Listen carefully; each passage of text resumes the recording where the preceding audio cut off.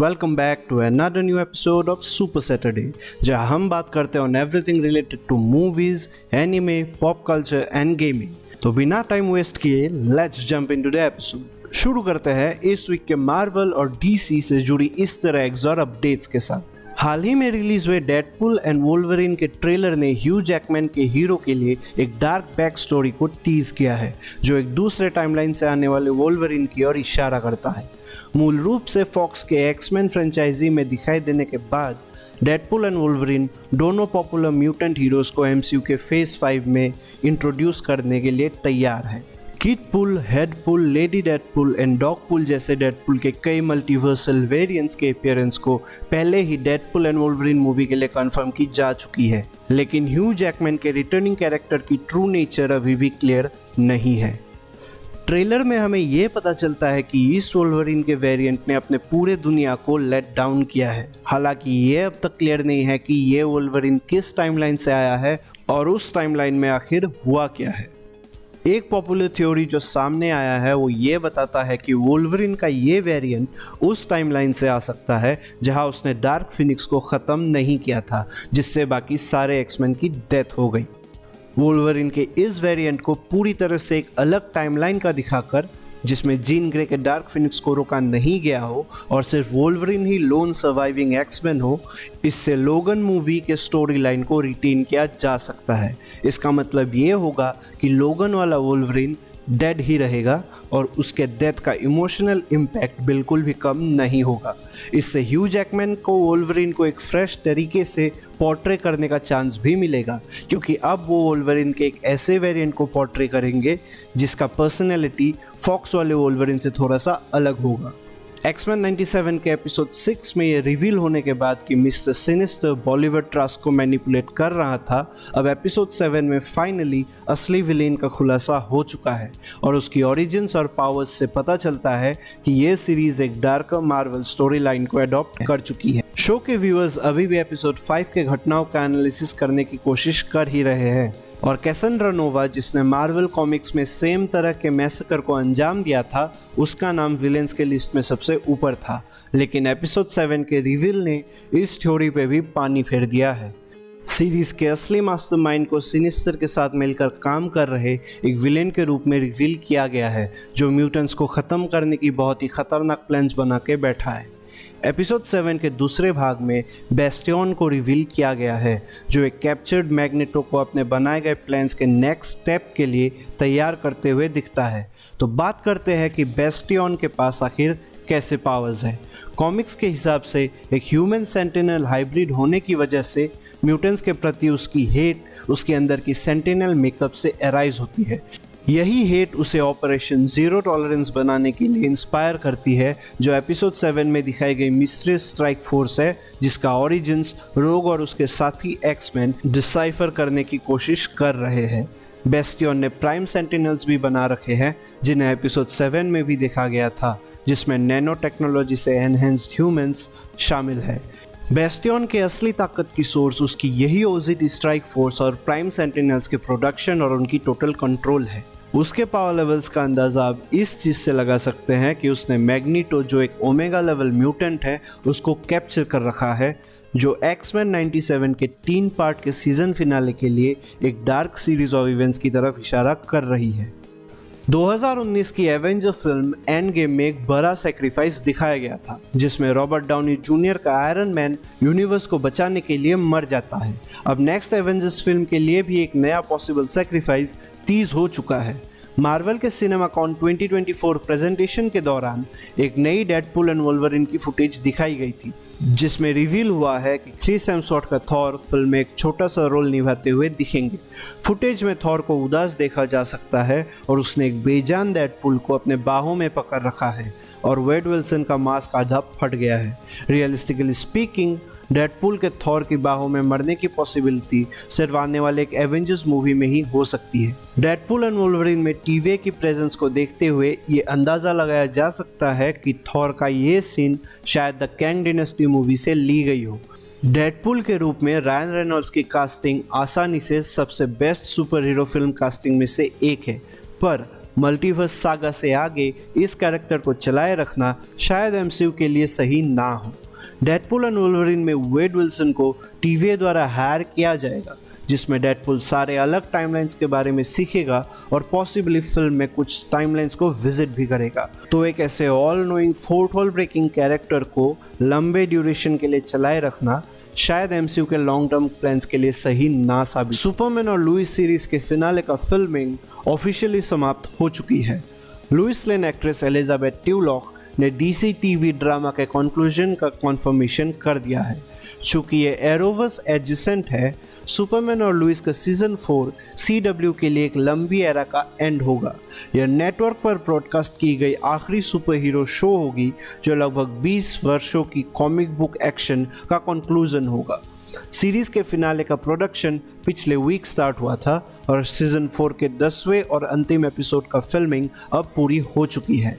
Michael Cudlitz के Lex Luthor Superman and Lois season 4 में full time cast member होंगे, जो सीरीज के फाइनल बिग बैड इविल के रूप में दिखाई देंगे। फिलहाल प्लॉट डिटेल्स को सीक्रेट रखा जा रहा है, पर ट्यूलॉक ने टीज किया है कि सीजन 4 में कुछ कैरेक्टर्स की डेथ होने वाली है।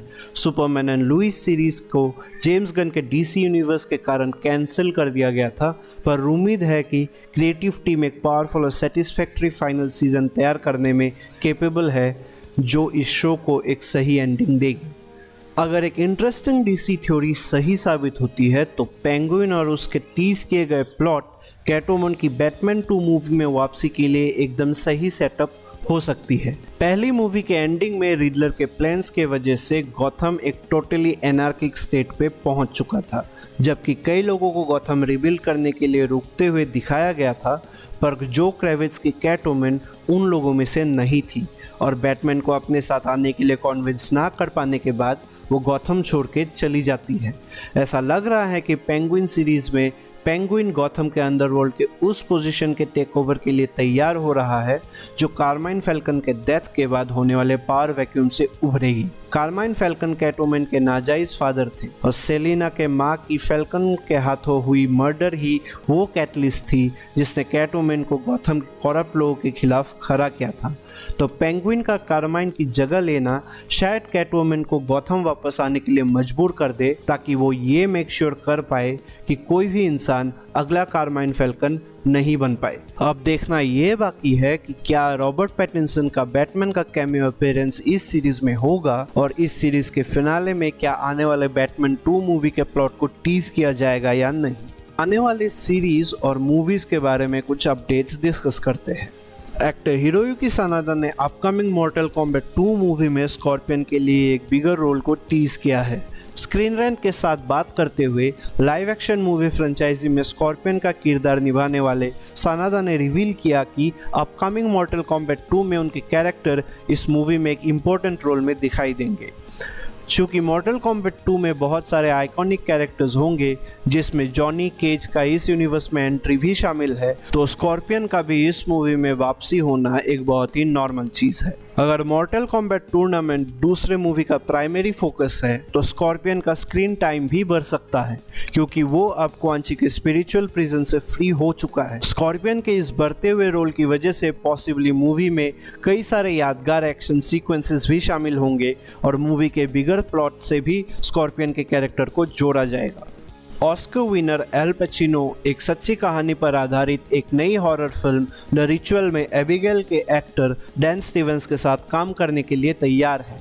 XYZ फिल्म्स ने रिसेंटली द रिचुअल की अनाउंसमेंट की है, जो डेविड मिडल द्वारा डायरेक्टेड होगी और एनरिको नटाले की स्क्रिप्ट पर बेस्ड होगी, और इसमें एशले ग्रीन और एबिगेल कोएन के साथ पचिनो और स्टीवंस भी स्क्रीन शेयर करते दिखेंगे। रिचुअल में पैचिनो एक ट्रबल पास्ट वाले प्रीस्ट का रोल निभाते हैं, जो एक डाउटफुल प्रीस्ट स्टीवंस के साथ मिलकर एक यंग लड़की की मदद करते हैं जो डिमोनिक पोजीशन की शिकार है। कहानी आयोवा की एक महिला एमा श्मिड के रियल लाइफ के मामले पर आधारित है, जिसका एलिजेड पोजीशन 1928 में एक्सोर्सिज्म के एक सीरीज से गुजरने से पहले कई दशकों तक चला था। 2016 में रिलीज हुई British film the Exorcism of Anna Ecklund भी श्मिड की ही कहानी पर आधारित थी। ल्यूकस फिल्म्स ने Star Wars Episode 1 the Phantom Menace के 25वें सालगिरह का जश्न मनाते हुए एक एक्साइटिंग नया फीचर जारी किया है।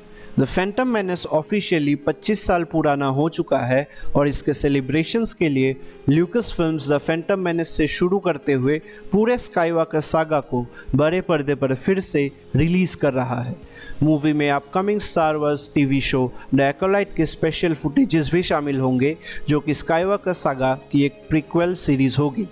ये पूरी तरह से स्टार वॉर्स के नए फैन बेस के लिए एक पहली बार बिग स्क्रीन पर प्रीक्वेल देखने का और पुराने स्टार वॉर्स मूवी का मज़ा लेने का अपॉर्चुनिटी है। फैंटम मेनेस की री रिलीज May 4 को थिएटर्स में आने वाली है। एक upcoming science fiction movie Atlas का नया ट्रेलर ड्रॉप हो चुका है। मूवी एक एपोकैलिप्टिक फ्यूचर की कहानी को फॉलो करती है, जिसमें ह्यूमैनिटी एक दुष्ट एआई रोबोट को अर्थ को पूरी तरह से डिस्ट्रॉय करने से रोकने की कोशिश में लगी है।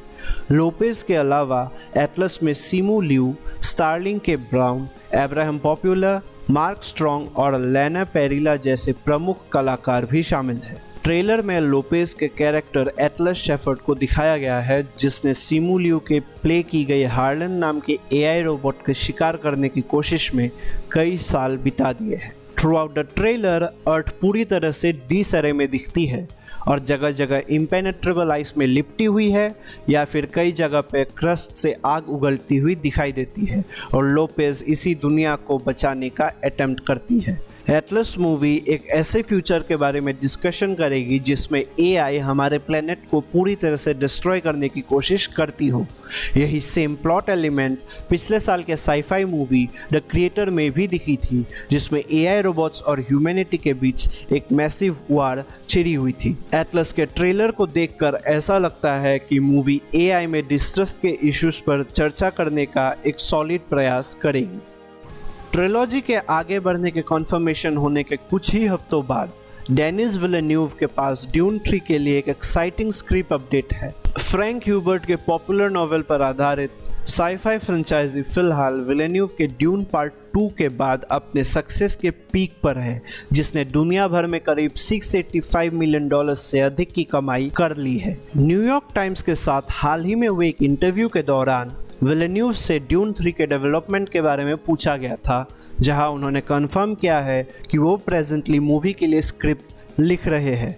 विलेन्यूव ने बार बार कंफर्म की है कि ड्यून मसाया नॉवल फ्रेंचाइजी के तीसरे मूवी का बेसिस होगा, पर ट्रिलॉजी में जेंडाया के कैरेक्टर के इम्पोर्टेंस के बारे में उनके नए कमेंट्स नॉवल को अपनाने में मूवी के सामने आने वाले सबसे बड़े डिफ़िकल्टीज़ की तरफ इशारा करती है। 1969 का नॉवल अपने प्रीक्वेल के इवेंट्स के 12 साल बाद शुरू होता है, जिसमें एम्परर सदाम द फोर्थ से सत्ता लेने और अरेकिस को फ्री करने के लिए पॉल एट्रेडिस राजकुमारी एरुलन से शादी कर चुका है और चैनी ऑफिशियली पॉल की कॉन्क्यूबाइन बन चुकी है। जबकि ड्यून पार्ट 2 अपने प्रीक्वेल के समाप्त होने के ठीक बाद शुरू होता है। अगली मूवी को ये डिसाइड करना होगा कि क्या वो मेसाया नॉवल के इवेंट्स को हूबहू अडॉप्ट करेंगे या फिर अपने हिसाब से उनमें चेंजेस लाएंगे, क्योंकि ड्यून 2 के एंडिंग में जेंडाया की कैरेक्टर पॉल एट्रेडिस के साथ नहीं रहती और उसके डिसीजन से चिढ़कर वो डेजर्ट की तरफ चली जा चुकी है। रिचर 3 के सीजन 3 के सेट फोटोज रिलीज हुई है और ये एलन रिचर्डसन को एक नए लोकेशन पर दिखाती है। @नेल मॉर्टन के ट्विटर अकाउंट पर की गई पोस्ट में 4 तस्वीरें शेयर की गई, जिनमें रिचर्डसन को मीलब्रुक ओंटारियो के सेट पर दिखाया गया है। रिचर टेलीविजन शो ली चाइल्ड की जैक रिचर नॉवल सीरीज से लिया गया है।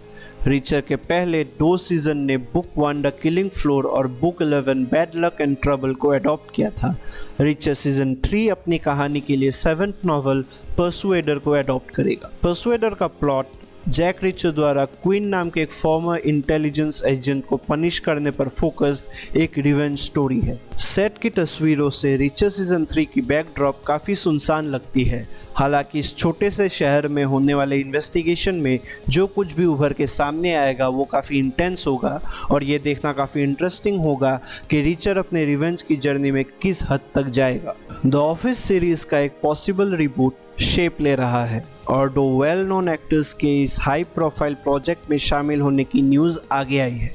पिछले साल के एंड में ये बताया गया था कि द ऑफिस का एक रिबूट ग्रेग डैनियल, जिन्होंने इस कॉमेडी सीरीज का अमेरिकन एडिशन प्रोड्यूस किया था, उनके देखरेख में बनने जा रही है। और द हॉलीवुड रिपोर्टर के अनुसार इस प्रोजेक्ट को अपना पहला स्टार कास्ट मिल गया है। व्हाइट लोटस सीजन 2 के सबरीना इम्पाचियातोरे और Star Wars the Rise of Skywalker के डोमिनिक ग्लीसन द ऑफिस के रिबूट में शामिल होने वाले पहले एक्टर्स हैं।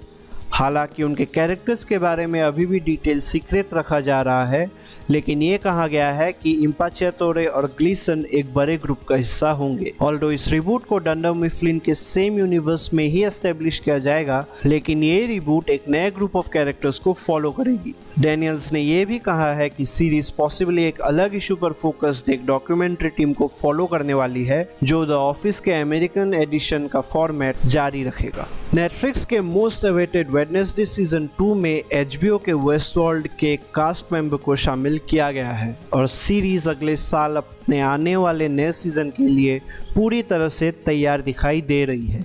जनवरी 2023 में रिन्यू की गई वेडनेसडे सीजन 2 का प्रोडक्शन अभी फुल स्विंग में है और नया सीजन 2025 में आने वाली है। वैरायटी मैगजीन के अनुसार वेडनेसडे सीजन 2 में थैंडवी न्यूटन को इसके कास्ट में शामिल किया जाएगा। न्यूटन के कैरेक्टर्स का एग्जैक्ट डिटेल्स अभी तक सामने नहीं आया है। इसके साथ ही न्यूटन वेडनेसडे सीजन 2 में शामिल होने वाले दूसरे नए कलाकार बन चुके हैं। इससे पहले द रिजर्वर डॉग्स फेम के स्टीव बुशेमी को कास्ट में ऐड किया गया, जिनकी कास्टिंग की अनाउंसमेंट पिछले वीक की गई थी। न्यूटन के रोल के तरह ही बुशेमी के वेडनेसडे की रोल को भी सीक्रेट रखा गया है। अब चलते हैं सैटरडे सेंपाई सेगमेंट में और एक नज़र घुमाते हैं एनिमे की दुनिया में। शोयो हिनाता ने अपने कॉम्पिटिटिव वॉलीबॉल जर्नी से लाखों फैंस के दिल जीते हैं और हाईक्यू डम्पस्टर बैटल मूवी फिर से ऐसा करने के लिए तैयार है। इस एनिमे स्पोर्ट्स मूवी ने 31 मई 2024 की अपनी नॉर्थ अमेरिकन रिलीज डेट के नज़दीक आने से पहले एक अंग्रेजी सब ट्रेलर रिलीज किया है। हाईक्यू डम्पस्टर बैटल ट्रेलर को क्रंचीरोल ने हाल ही में अपने YouTube चैनल पर भी अपलोड किया था और सीरीज में 2020 के बाद से कोई नई एपिसोड नहीं होने के कारण ये एक एक्साइटिंग प्रोस्पेक्ट बनता नजर आ रहा है। कारासुनो और नेकोमा की पुरानी राइवलरी अब नेशनल स्टेज पर नेट के दोनों तरफ खड़े सीरीज के सबसे पॉपुलर टीम्स के बीच तय होने जा रही है। कारासुनो हाई और नेकोमा हाई की वॉलीबॉल टीमों के बीच की राइवलरी हाईक्यू की पहली स्टोरी आर्क में ही रिवील हुई थी, लेकिन अब खचाखच भरे एक नेशनल स्टेडियम के साथ दोनों टीम्स अपने डिसाइडिंग मैच खेलने वाली है। दोनों टीम्स अपने ग्रोथ का शो ऑफ करेगी both as characters and as athletes, ताकि ये तय किया जा सके कि टॉप पर कौन है और डम्पस्टर बैटल का एक डिसाइडिंग विनर निकल के आ सके। तो अब ये देखना बाकी है कि हिनाता शोयो की अनएंडिंग स्टेमिना और स्किल्स नेकोमा के सेटर केनमा कोजुमे के हाई आईक्यू को हरा पाती है या नहीं। Upcoming Avatar movie Ang the last Airbender की डिले हो चुकी है। एडल्ट एंग पर बेस्ड इस मूवी का निर्देशन लैंडन मॉन्टगोमरी द्वारा किया गया है, जो ओरिजिनल शो के सीजन 3 और इसके spin off the Legend of Korra के स्टोरी बोर्ड आर्टिस्ट रह चुके हैं। मूवी की कास्ट लिस्ट काफ़ी बड़ी है, जिसमें डेंटे बास्को जो ज़ुको के अपने किरदार को दोहरा रहे हैं और साथ ही टॉफ के रोल में डियोन क्वान, कैटारा के रोल में जेसिका मैटन, सोका के रूप में रोमन ज़रागोजा और एक अननोन विलेन के रूप में डेव बटिस्टा भी शामिल है।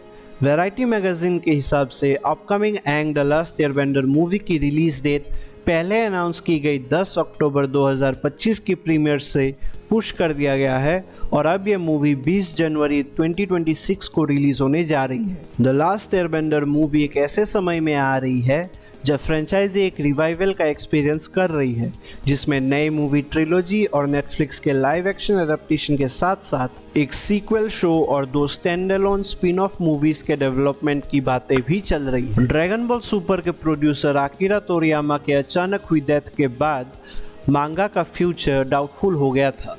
सीरीज को हाल ही में एक इंडेफिनिट हाइटस पर रखा गया था, क्योंकि वी जंप मैगजीन को इसके फ्यूचर पर डिसीजन लेना था और इसके वापस आने के कोई चांसेस नहीं दिख रहे थे। अब ऑफिशियल ड्रैगन बॉल वेबसाइट के एक अनाउंसमेंट ने कंफर्म किया है कि सीरीज़ वापस आने वाली है, पर अभी कोई टाइम विंडो नहीं दिया गया कि ये कब इस हिट मांगा के अगले स्टोरी आर्क का स्टार्ट होने वाला है। अनाउंसमेंट में कहा गया है कि सीरीज़ का अगला इशू रेड रिबन आर्मी पर फोकस्ड होगी, जिसमें सीरीज़ के आर्टिस्ट तारो फिलहाल कुछ स्पेशल इलस्ट्रेशन शेयर करेंगे और एक्सक्लूसिव इंफॉर्मेशन भी प्रोवाइड करेंगे।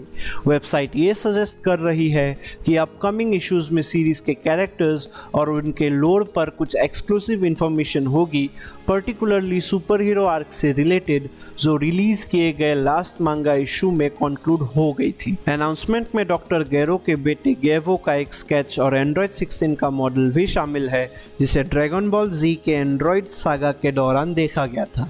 जबकि सर्कमस्टेंसेस को देखते हुए ड्रैगन बॉल सुपर के आखिरी इशू में एक अजीब तरह का कंक्लूसिव नोट था, फिर भी बहुत सारे ऐसे प्लॉट एलिमेंट्स हैं जिन्हें मांगा के एंड होने से पहले रिजॉल्व करने की बहुत सख्त ज़रूरत है। तात्सुकी फुजिमोटो के लुक बैक को इस अपकमिंग समर सीजन में एक फीचर फिल्म में अडॉप्ट किया जा रहा है और इसका एक ब्रेथटेकिंग नया ट्रेलर जारी किया गया है। 2024 के शुरुआत में यह अनाउंस किया गया था कि चेनसो मैन के तात्सुकी फुजिमोटो की लिखी गई वन शॉट मांगा लुक बैक को इसी साल जून में एक फीचर फिल्म में अडॉप्ट किया जाएगा। लुक बैक का प्रीमियर कुछ ही महीनों में होने वाला है और फिल्म को प्रमोट करने के लिए एक नया ट्रेलर आखिरकार जारी किया गया है और डेफिनेटली लुक बैक शुरू से एंड तक अपने इनक्रेडिबल एनिमेशन के साथ एक गॉर्जियस फिल्म लग रही है। ओरिजिनल मांगा की क्वालिटी पूरी तरह से इस तरह का ट्रीटमेंट की गारंटी देती है और फिल्म इस साल में बनी बेस्ट फिल्मों में से एक बनने के लिए तैयार है। लुक बैक का ट्रेलर का सबसे बड़ा सेलिंग पॉइंट उसकी अपनी सोर्स मटेरियल के लिए निभाई ऑथेंटिसिटी है। लुक बैक के ट्रेलर की आर्ट और एनिमेशन पूरी तरह से तात्सुकी फुजिमोटो की आर्टवर्क के इंट्रिकेट डिटेल्स और सिनेमेटोग्राफिक नेचर के साथ सिंक में है। मोर इम्पोर्टेंटली, लुक बैक का ट्रेलर मांगा के इमोशनल एस्पेक्ट को भी पूरी तरह से कैप्चर करने में केपेबल है। लुक बैक तात्सुकी फुजिमोटो की करियर की सबसे इमोशनल और ह्यूमन कहानियों में से एक है and sure enough look back के ट्रेलर की वॉइस एक्टिंग और हारुका नाकामुरा के लाइट सॉन्ग के उदास ट्यून इस फिल्म के टोन को प्रेजेंट करने का एक एक्सीलेंट काम करती है। हालांकि हाल ही में यह अनाउंस किया गया था कि चेनसो मैन के रीज आर्क को एक फीचर फिल्म में अडॉप्ट किया जाएगा, पर इसके लिए अभी भी कोई डेफिनेट रिलीज विंडो की अनाउंसमेंट नहीं की गई। लुक बैक एक बेहतरीन फिल्म लग रही है और डेफिनेटली चेनसो मैन के नए फिल्म के इंतज़ार कर रहे फैंस के लिए। ये अब गेमर्स गैजेट के सेगमेंट में चलते हैं, जहां कुछ बड़े गेम टाइटल्स ने अपने अपकमिंग प्रोजेक्ट्स को लेके काफ़ी कुछ रिवील किया है। मिराज के बासिम के स्टोरी को शायद अब आगे बढ़ाया जाएगा। यूबीसॉफ्ट ने अपकमिंग एसेसिन्स क्रीड प्रोजेक्ट्स में बासिम की फ्यूचर अपीयरेंस का हिंट दिया है, लेकिन ये क्लियर नहीं किया कि ये मिराज की तरह किसी गेम का सेंट्रल कैरेक्टर के तौर पर होगा या वैलहला जैसे सपोर्टिंग रोल में। ऑफिशियल सबरेडिट r/Assassin's Creed पर आस्क मी एनीथिंग सेशन में Assassin's Creed मिराज के क्रिएटिव डायरेक्टर स्टेफन बोदो और आर्ट डायरेक्टर जॉन लुक साला ने गेम के बारे में कई सवालों के जवाब दिए और बताया कि बासिम की जर्नी आगे कहाँ जा सकती है। गेम में बासिम की स्टोरी से जुड़ी पॉसिबल DLC कंटेंट के बारे में पूछे जाने पर बौदो ने बताया कि मिराज को किसी भी DLC प्लान्स के बिना एक स्टैंडअलोन एक्सपीरियंस के लिए डिज़ाइन किया गया है।